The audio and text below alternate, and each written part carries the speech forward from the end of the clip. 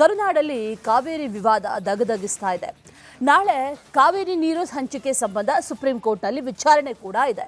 ಸರ್ವೋಚ್ಚ ನ್ಯಾಯಾಲಯದಲ್ಲಿದ್ದರೂ ಕೂಡ ಕರುನಾಡಿಗೆ ನ್ಯಾಯ ಸಿಗುತ್ತಾ ಅನ್ನುವಂಥ ಪ್ರಶ್ನೆಯನ್ನ ಅನ್ನದಾತರು ಮಾಡ್ತಾ ಇದ್ದಾರೆ. ನ್ಯಾಯಕ್ಕಾಗಿ ಕಾದು ಕುಳಿತಿದ್ದಾರೆ.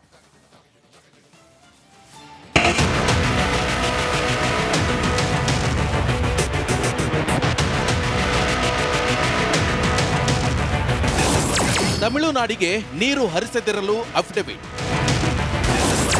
ನಾಳೆ ಸುಪ್ರೀಂ ಕೋರ್ಟ್ನಲ್ಲಿ ಪ್ರಬಲ ವಾದಕ್ಕೆ ಪ್ಲಾನ್.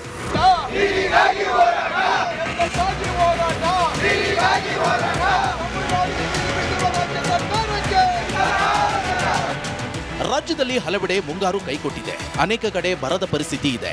ಅನ್ನದಾತ ಬೆಳೆದ ಬೆಳೆ ನೀರಿಲ್ಲದೆ ಹಾಳಾಗಿದೆ. ಈ ನಡುವೆ ಈಗಷ್ಟೇ ಕಾವೇರಿ ಜಲಾನಯನ ಪ್ರದೇಶದಲ್ಲಿ ಮಳೆಯ ಸಿಂಚನವಾಗ್ತಾ ಇದೆ. ಕೃಷ್ಣರಾಜಸಾಗರ ಜಲಾಶಯಕ್ಕೆ ಒಳಹರಿವು ಹೆಚ್ಚಾಗಿದೆ. ಹಾಗಂತ ಡ್ಯಾಂ ತುಂಬಿಲ್ಲ. ನದಿಗೆ ನೀರು ಬಿಡುವಷ್ಟು ಜಲಾಶಯದಲ್ಲಿ ನೀರಿಲ್ಲ. ಇಷ್ಟಾದರೂ ಕೂಡ ತಮಿಳುನಾಡು ಮಾತ್ರ ನಮಗೆ ಕಾವೇರಿ ನೀರು ಬೇಕೇ ಬೇಕು ಅಂತ ಪಟ್ಟು ಹಿಡಿದು ಕೂತಿದೆ.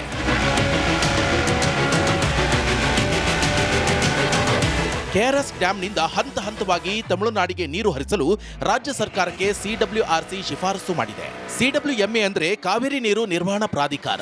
ಸಿಡಬ್ಲ್ಯೂಆರ್ಸಿಯ ಶಿಫಾರಸನ್ನ ಎತ್ತಿ ಹಿಡಿದಿದೆ. 15 ದಿನಗಳ ಕಾಲ 12,000 ಕ್ಯೂಸೆಕ್ ನೀರು ಬಿಡುವಂತೆ ಆದೇಶಿಸಿದೆ. ತಮಿಳುನಾಡು ಸುಪ್ರೀಂ ಕೋರ್ಟ್ ಮೊರೆ ಹೋಗಿದ್ದು ರಾಜ್ಯದಿಂದಲೂ ಅಫಿಡವಿಟ್ ಸಲ್ಲಿಸಲಾಗಿದೆ. ಸೋಮವಾರ ಸುಪ್ರೀಂ ಕೋರ್ಟ್ ವಿಚಾರಣೆ ಕೈಗೆತ್ತಿಕೊಳ್ಳಲಿದ್ದು ಕರ್ನಾಟಕ ಪ್ರಬಲವಾದ ವಾದ ಮಂಡಿಸಲು ನಿರ್ಧರಿಸಿದೆ.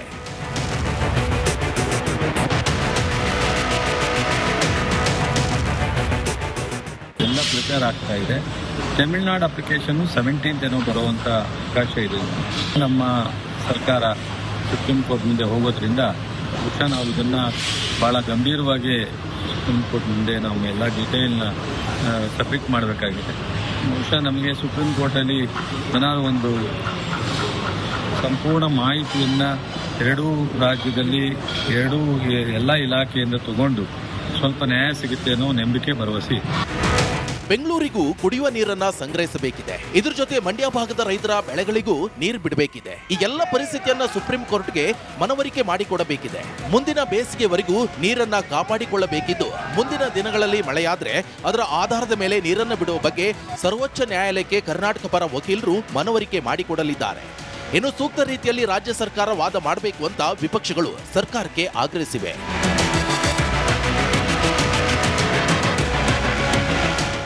ಟ್ರಿಬ್ಯುನಲ್ಲು ನಮ್ಮ ಪರವಾಗಿ ಬರ್ತಾ ಇಲ್ಲ.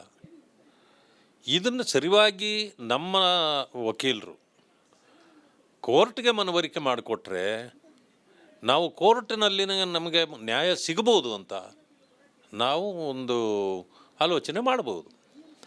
ನಮ್ಮ ಸರ್ಕಾರ ಸರಿಯಾಗಿ ನೀವು ವಾದ ಮಂಡನೆ ಮಾಡಲಿಲ್ಲ ಅಂದರೆ ಮತ್ತೆ ಅಲ್ಲೂ ನಮಗೆ ನ್ಯಾಯ ಸಿಗಲಿಲ್ಲ ಅಂದರೆ ನಾವೆಲ್ಲಿ ಹೋಗಬೇಕು?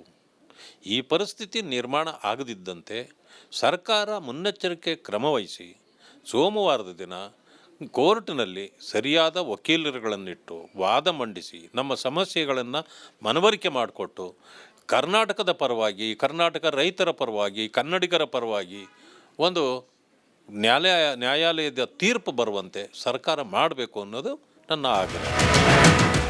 ಇನ್ನು ಸಿಡಬ್ಲ್ಯೂಆರ್ಸಿ ಸಿಡಬ್ಲ್ಯೂಎಂಎ ಆದೇಶ ಪಾಲಿಸದಂತೆ ರೈತರು ಪ್ರತಿಭಟನೆ ಆರಂಭಿಸಿದ್ದಾರೆ. ಸೋಮವಾರ ಸುಪ್ರೀಂ ಕೋರ್ಟ್ನಲ್ಲಿ ಮೊದಲ ವಿಚಾರಣೆ ಆರಂಭ ಆಗಲಿದ್ದು ಎಲ್ಲರ ಚಿತ್ತ ಸರ್ವೋಚ್ಚ ನ್ಯಾಯಾಲಯದತ್ತ ನೆಟ್ಟಿದೆ. ಸುಪ್ರೀಂ ಕೋರ್ಟ್ನಲ್ಲಾದರೂ ರಾಜ್ಯಕ್ಕೆ ನ್ಯಾಯ ಸಿಗುತ್ತಾ ಅಂತ ಕಾದು ನೋಡಬೇಕು.